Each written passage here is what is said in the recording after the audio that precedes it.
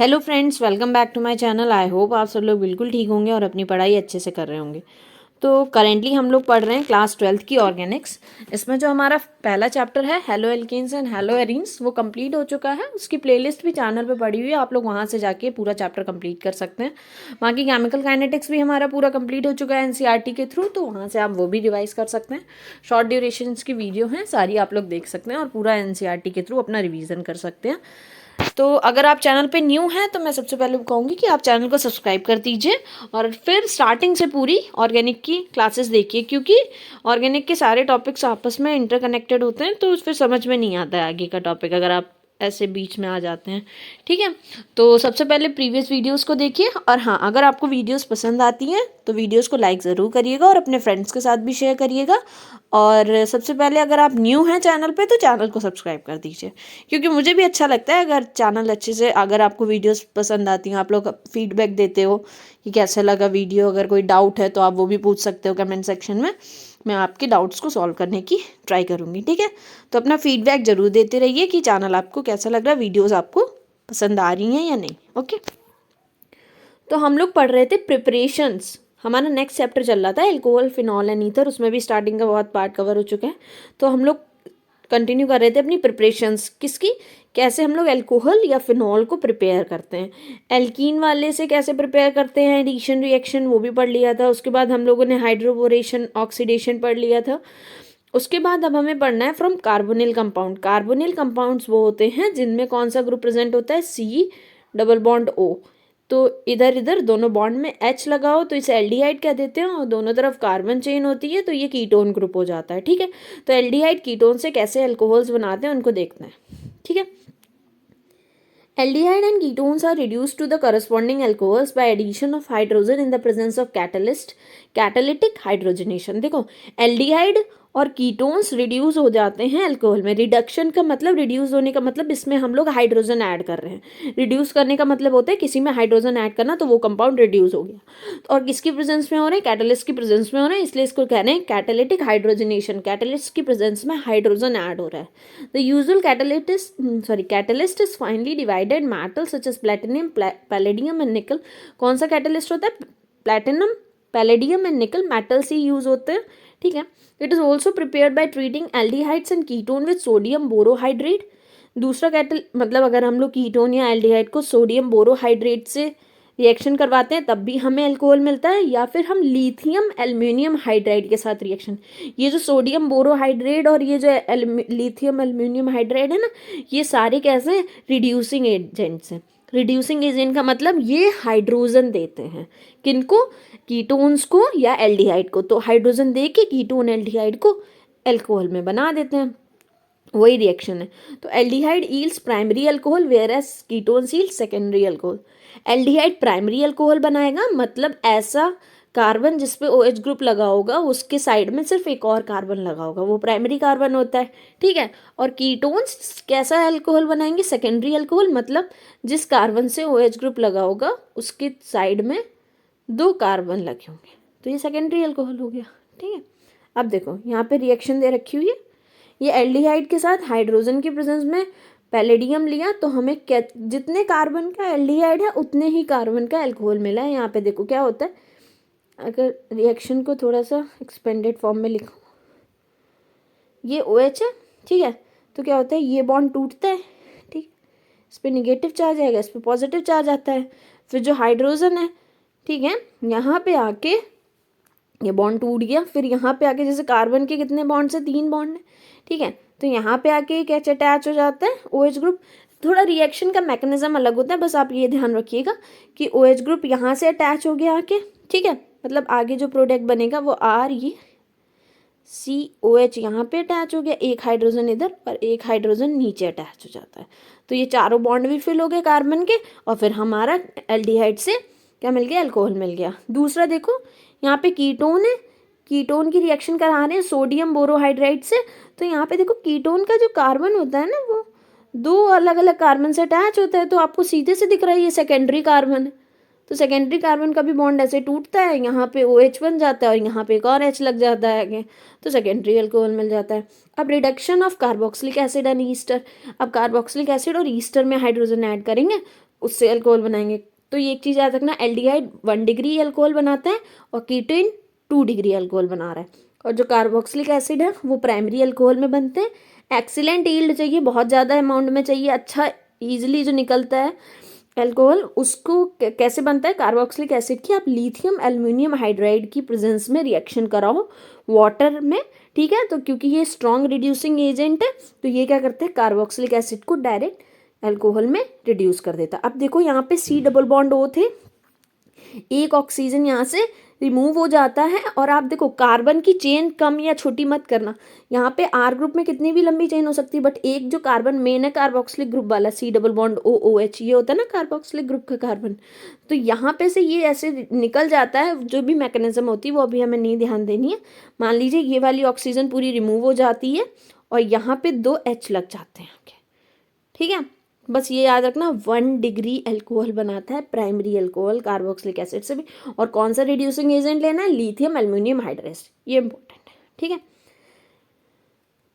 However AlH4 मतलब lithium aluminium hydride एक expensive reagent है, therefore use for special chemical only, बहुत महंगा मिलता है, इस कारण कुछ ही केमिकल्स में यूज होता है, लेकिन बनता बहुत अच्छा अल्कोहल है।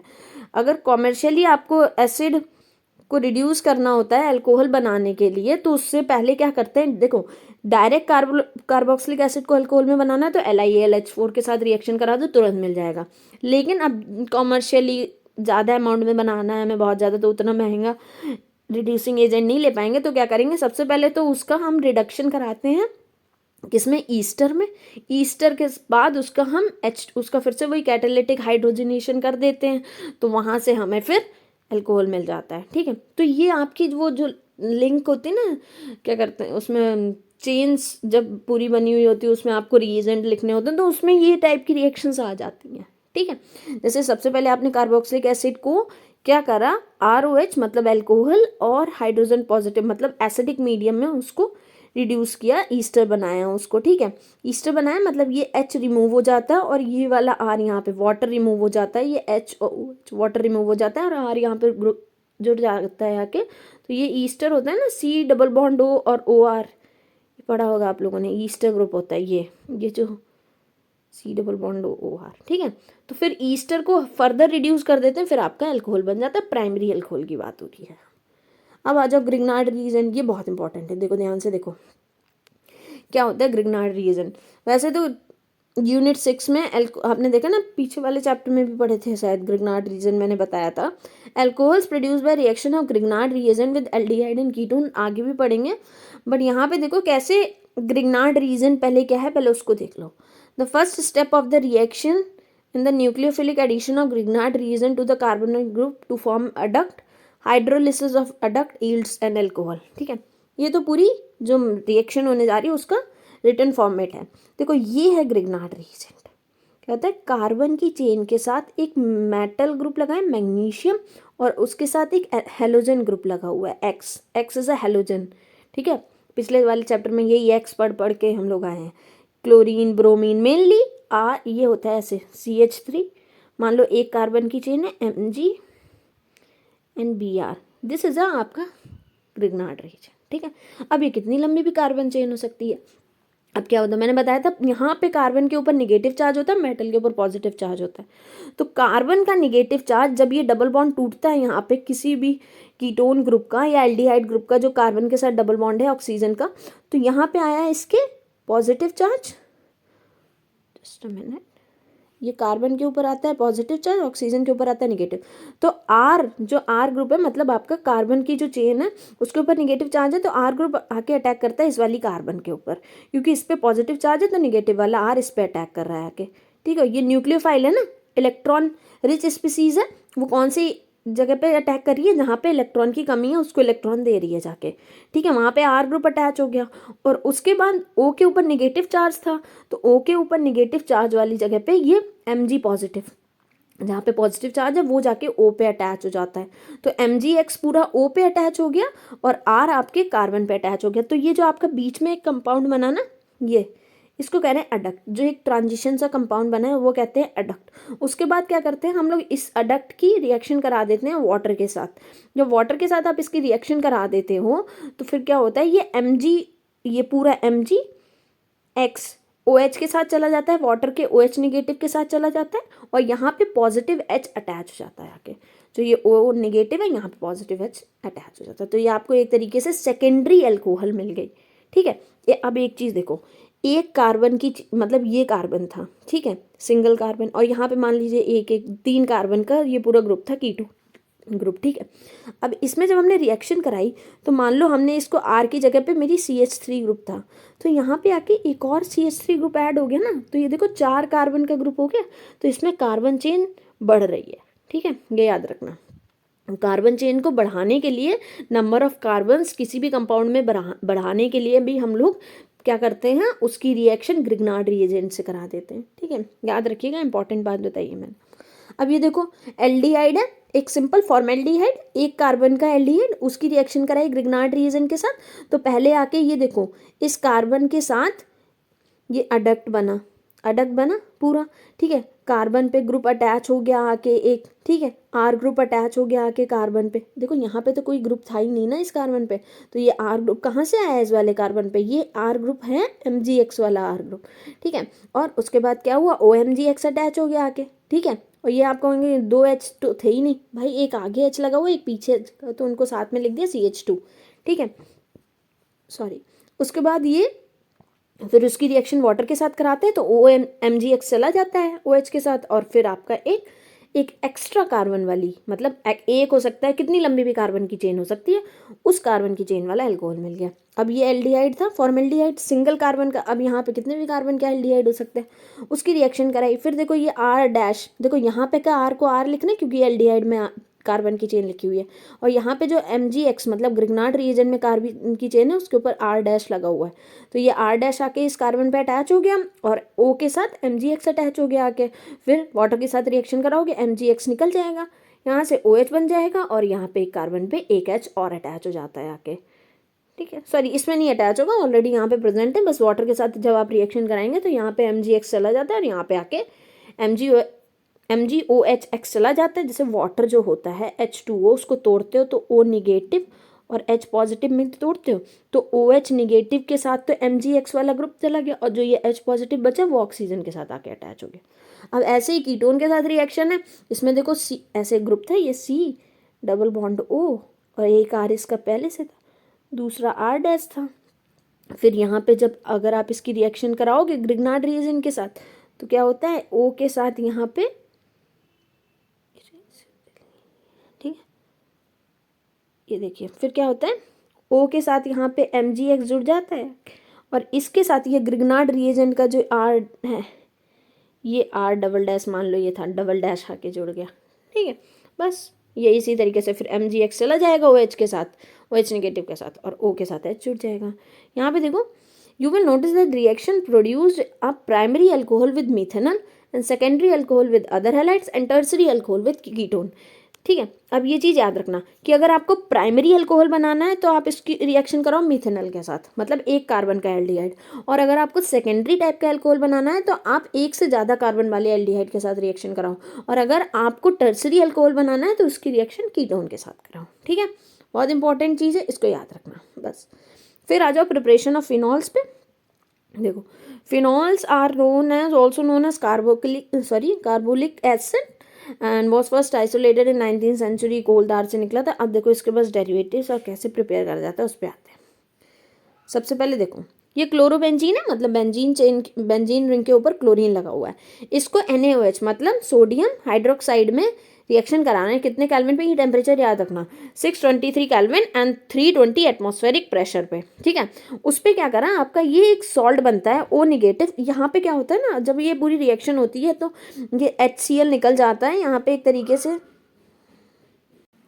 ओके। तो यहाँ पे जो सॉल्ट बन रहा है ना O निगेटिव Na पॉजिटिव, मतलब मेटल के ऊपर पॉजिटिव चार्ज होता है, O के ऊपर नेगेटिव चार्ज होता है, इलेक्ट्रोनेगेटिव स्पीसीज है। तो उसके बाद हमने HCl की प्रेजेंस में एसिडिफिकेशन कर रहा है। एसिडिफिकेशन का मतलब बन रहा है ना HCl की प्रेजेंस में सोडियम, ये जो नेम लिखा है सोडियम फिनॉक्साइड, ये होता है सोडियम फिनॉक्साइड, ठीक है। क्या करा, सबसे पहले क्लोरोबेंजीन की रिएक्शन कराई NaOH के साथ, सोडियम हाइड्रोक्साइड कहते हैं इसको, ठीक है। क्वेश्चन में ऐसे लिखा होगा सोडियम हाइड्रोक्साइड, तो उसका फॉर्मूला याद रखना NaOH। कितने केल्विन पे? 623 केल्विन, 320 एटमॉस्फेरिक प्रेशर पे।